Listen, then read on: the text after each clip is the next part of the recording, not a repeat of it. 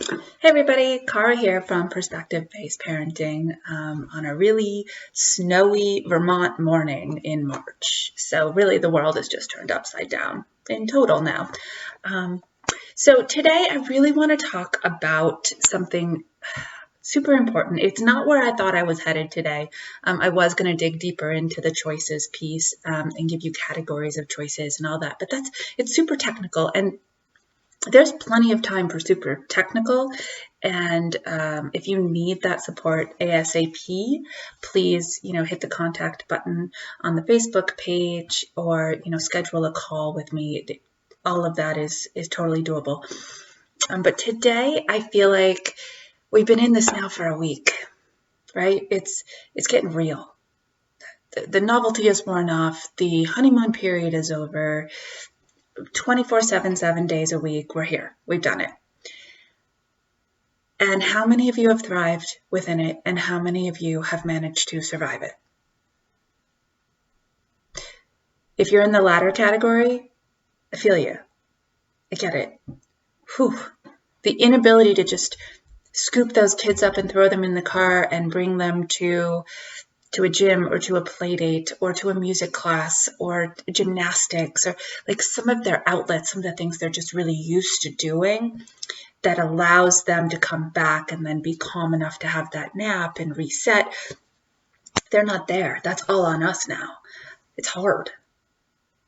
So today I want to hit the pause button on the curriculum and talk about mindset. Again, we're going to go back to go forward. We always do in life. We go back to go forward because we adjust things. There's no other reason to go back. To go back and worry about things that already happened, to go back and be angry about things that already happened and complain about them, that's useless. That's a waste of time. That's not why we go back. We go back with a reflective mindset to see what worked. Maybe more than we ever expected it would. What didn't? What was a complete fail? And what needs tweaking? And come up with new strategies and new ideas. And try again. Because here's the fact. It's not pleasant, but it's real. This is going to get worse before it gets better. It just is. We know it. We're hearing it. A lot of you are starting to see it if you live in more populated areas. It's affecting you closer to home. It's just some of us are having a little trouble believing that. But it's going to happen. Much worse before it gets better. Okay? I pray that you only know that because of the statistics, like me. I only know it because of the statistics I read, because of the trends that are clearly there when you look at the exponential growth. Like that's math. I can't lie with math. Math doesn't lie. I know because of the articles I'm reading, right? I'm trying to keep myself informed with real and true information. It can be a challenge. I know because I have dear friends and coworkers who are in the medical profession, and they are getting the information. So here's what you can do is keep your mindset, keep your perspective in place. That's your job. And it's a big one. Because this is the week where it's going to get really easy to fall down the rabbit hole. To just lose ourselves. Week 2 is going to be tough. Unless we steel ourselves, we prepare, and we make sure that we are keeping our mindset in check. Okay, this is a way to think about it. Remember that day. It's very specific to you. When your whole world changed because you were having a child. Each of you Maybe it's the day you found out you were having the baby. Maybe it's the day that as a mom you first felt that baby kick. Maybe it's the day as a dad that you first put the headphones on mom's belly and did music with your baby. Maybe it's the day your baby was born and you held him or her for the first time. That moment where there was a mental shift, whoosh, and life just wasn't about you anymore. You were very much part of it. But the bigger goal was to care for somebody else, that somebody else's needs mattered more than yours, that they came before you when push came to shove, that you were willing to make any sacrifice necessary to make sure that this little person you created was safe and warm and fed and dry and loved and healthy. You remember that day? I do. I feel it every day. That's how I look at my kids. That's how I feel about my kids. That's how I look and feel at other people's kids. Like that's just who I am. That is my mission in life. However, it has been taxed upon us as a nation and as a globe to adopt that exact mindset about everybody else in the world, about everybody else in our country, people we don't know, people we don't even know exist, except in the large number of Americans that exist in our country. That's it. We know them as a number, right? But we're being asked, no, we're being given the opportunity to say, every choice I make to stay home versus go out and be around others has a global impact on all those other people. And it's my job right now to make sure that I choose wisely so those other people can stay warm and safe and fed and healthy. Wow. That's a lot, right? That's a lot to think about. That's a lot to ask. We are not used to being asked or given the opportunity to be selfless for people we don't even know. Sometimes the opportunity pops up to be selfless for people we do know, and that feels good. But you can see the impact. You can see the change. You can watch the healing. You can feel the progression, hear the updates at church. None of that's possible right now. Remember, if you do what the CDC is asking you to do and nothing else happens, that is the point. If invisible is what happens, you did your job. Wow, that's hard. That's hard to keep in our mind because we're used to proof of life people. We're used to see it, believe it, society. It's tough. Okay. So it can be very easy to lose perspective, right? So I usually talk very intensely about perspective-based parenting. It is the name of the company. But this 9 minutes or so has been more about perspective-based living in our current situation.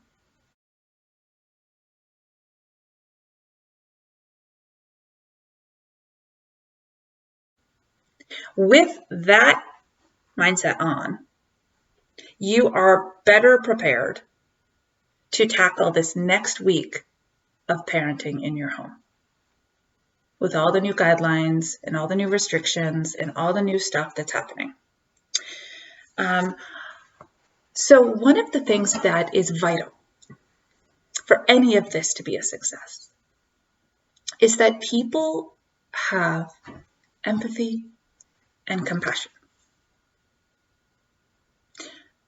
for themselves. Self-compassion is very important. for others. To be able to empathize and have a compassionate mindset for people across the country and across the globe who are going through hardships too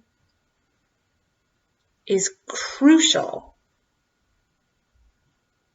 to keeping the environment in your home the way you would like it to be. One of my virtual mentors and, literary heroes is Arianna Huffington. Ooh, it's hard to see. I think it's no coincidence that the name of her book is Thrive. I absolutely adore it.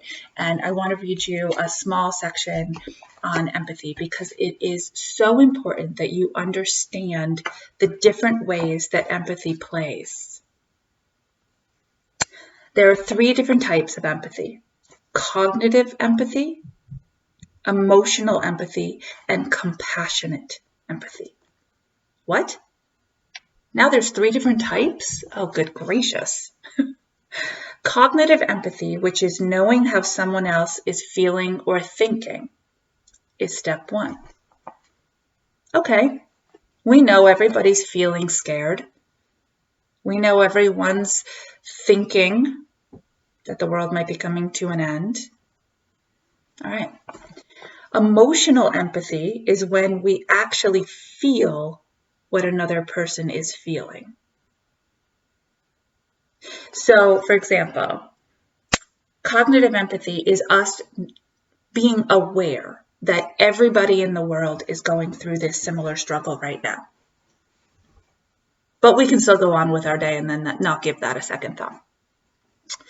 Emotional empathy is if you have a family member in New York City who has tested positive and is faring okay, but you're just really not sure what the outcome is going to be. You're feeling what your family member is feeling, which that's the emotional empathy. Here's the one we need. This is the big daddy of empathy. Compassionate empathy, in which we know how a person is feeling, we can feel their feelings along with them, and we're moved to act. Action. We're moved to action. It's a skill that we can nurture and one that leads to action. Action is the key here, guys. I repeated it 3 times because it's so important. Action is the key. Okay, 4 times. Thank you, Arianna Huffington. It's the key. We can understand what's happening in the world. We can even feel other people's pain. But if we don't act as an individual, as a family unit, and as a community, this will only get worse and worse and worse and worse, and nobody really knows what the final outcome would look like. Here's the crazy part. Action, in this case, means staying home. Action means nothing. Action it's not actually a verb of action, is it? It's not let's get out and put a spaghetti dinner on and raise money and create awareness. It's action is stagnant in this case. That's what we're being asked to do. However, within that, there are actions we can take that will make a big difference. For example, my daughter loves to sew.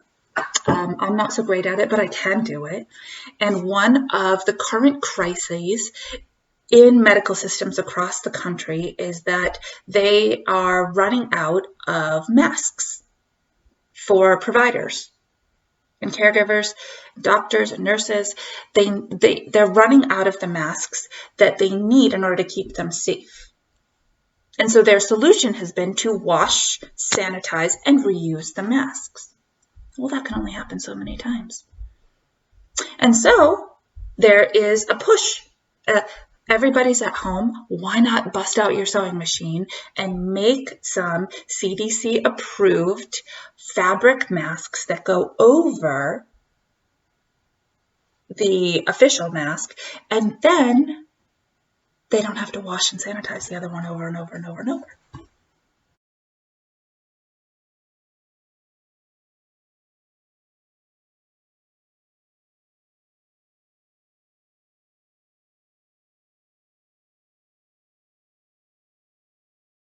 Well, there's a great solution, and I can do that without leaving these four walls.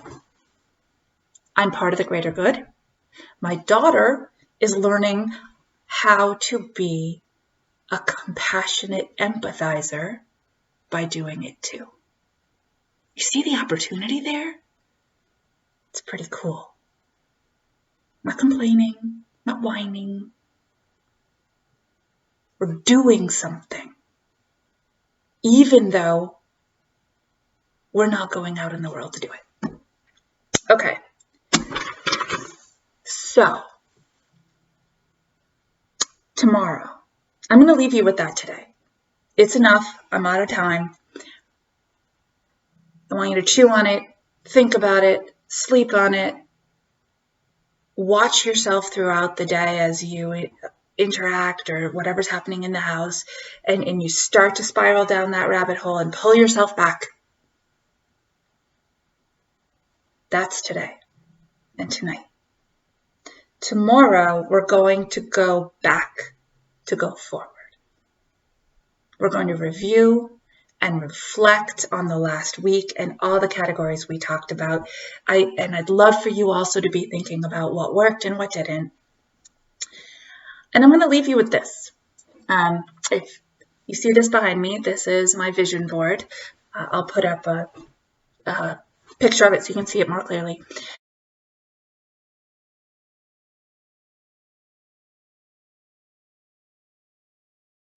In January, my husband and I got together for the weekend, and on Saturday we cut all of our pictures, and on Sunday we did all our pasting, and we did a vision board weekend here at home, just the two of us.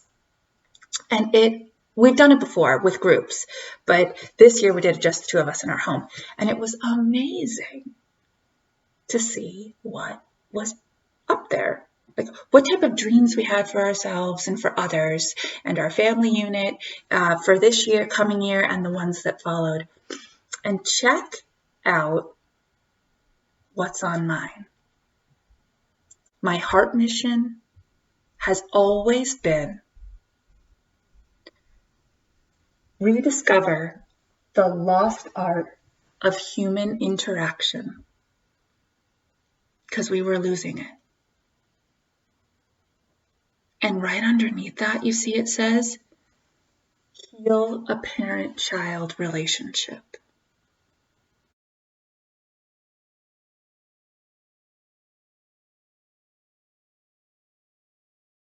This is my work. And I pray that the global crisis, no matter where you live, what country you're in, what language you speak, what culture you exist within, is going to give you the opportunity to take a step back, look inside your family unit, deepen a personal relationship with your child, with your spouse, heal a relationship that was suffering, and then connect with the humans at a larger scale through compassionate empathy. And that's my prayer. All right, everybody. Today was more about you than your kids. But we all know the more we work on us, the better the space around us feels and functions. Have a great day. Be attentive to what's happening around you and to you and within you. And I'll see you tomorrow. And as always, we've totally got this. Bye.